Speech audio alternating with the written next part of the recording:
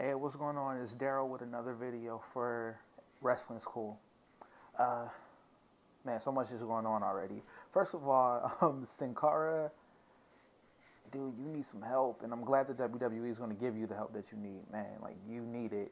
I just saw an article about Sin Cara. He's going to be getting anger management classes. If they're going to put him in anger management class, you might as well put Chris Jericho in anger management also. I mean, come on now. Like, the guy was trying to fight Brock Lesnar. I mean, then what? 12, 13 years ago, he was trying to fight Goldberg. Then I think he had an incident with Batista also. Like, I don't know what your problem is with muscle bound guys, but you need to leave those dudes alone.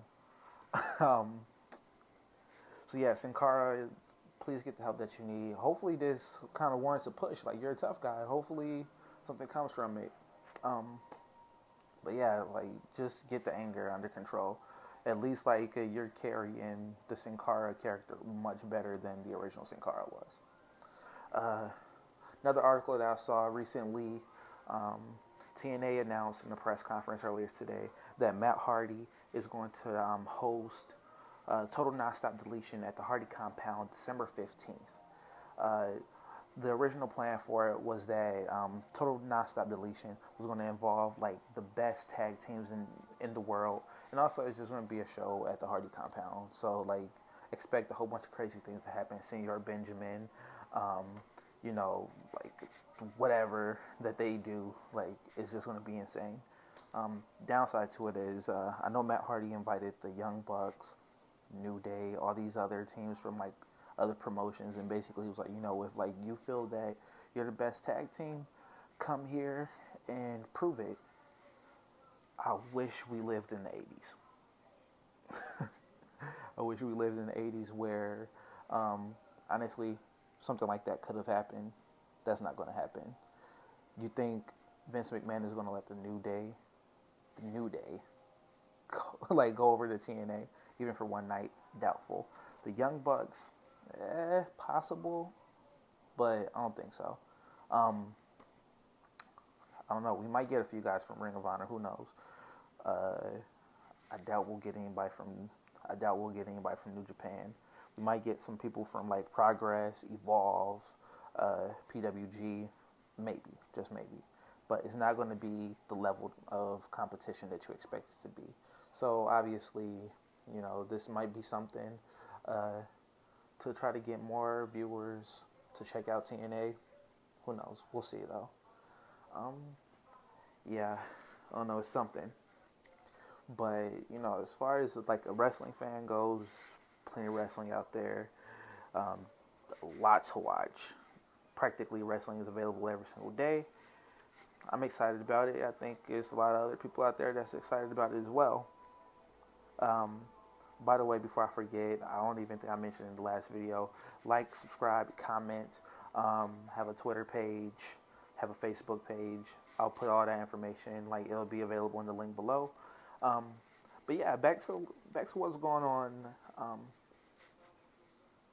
I feel so bad. I forget these women's name and like they're like, and if I do remember them, I probably would have butchered them. So uh, there were rumors a few weeks back that these like two or three women from Japan, not New Japan, but like this professional like women's wrestling promotion over there, they were gonna come over to the WWE, but I just saw an article today saying that they're actually reconsidering coming for a number of reasons, obviously.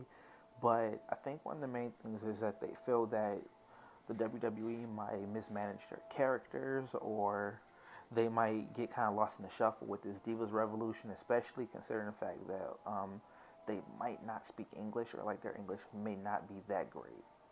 So uh, it's just something to like consider, and that's the thing that a lot of people tend to forget. There's actually money out there for wrestlers now. A lot of people, they feel that the end all be all used to be the WWE, but it's a lot of people out there who are willing to just stay on the independent scene, make their money, set their own schedule, and they've been making a living off of it. Zack Sabre Jr., he decided to kind of like continue doing what he was doing.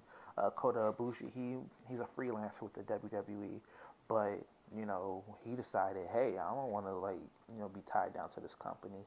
Um, I mean, heck, look at what happened back in July. The cruiserweights were on fire, and not even we're in November now. Not even a full 4 months or so has gone by, and they're basically an afterthought.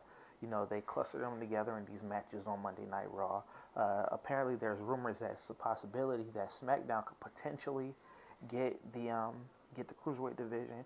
That might be the smart move, but then again, SmackDown 2 hour show, and it's almost like a hard 2 hours. They rarely, if ever, go over 2 hours. So I guarantee you, we're probably gonna get the same cluster that we got on Monday Night Raw, but in a shorter amount of time. So we might get a ton of those diva matches from a few years ago where they only lasted a minute and a half, 2.5 minutes, and a lot of these guys are too talented. Noam Dar, the guy looked great on Monday. I just wanted to mention that. Noam Dar, I was a huge fan of his during the Cruiserweight Classic. Hoping to see some big things from him. And by the way, speaking of the cruiserweights, it's a lot of those guys out there, in my opinion, who can actually move. They can move up. I feel being a legit cruiserweight, that kind of pigeonholes them in a case. Well, in a sense, I mean, because Cedric Alexander, first of all, the guy lost weight to be a cruiserweight. He still looks bigger than those guys. Cedric Alexander, dude, that's like Shelton Benjamin, but better. The man's like a black AJ Styles. Matter of fact, he said he actually said that he modeled a lot of the things that he does in the ring after AJ Styles. You're too athletic sometimes because, dude, Hell in a Cell, you missed that tope suicida. You missed it. But I mean, you're a talented guy. But yeah, that's somebody who could definitely be a United States champion, Intercontinental champion, even future WWE champion if they put them together properly. We haven't really gotten a chance to hear him talk all that much, but we'll see. I don't know. If anything, I'm still trying to get used to things, kind of make things work out, figure things out. I really would prefer if you guys for the time being, subscribe, send me comments, email me or whatever things that you would prefer me to talk about. So we could just make something work. I feel that'll work better. Whatever. If you have any suggestions about what you want on this channel, just let me know. I'm always willing to cater to you guys. And I'll just catch you next time. All right. Peace.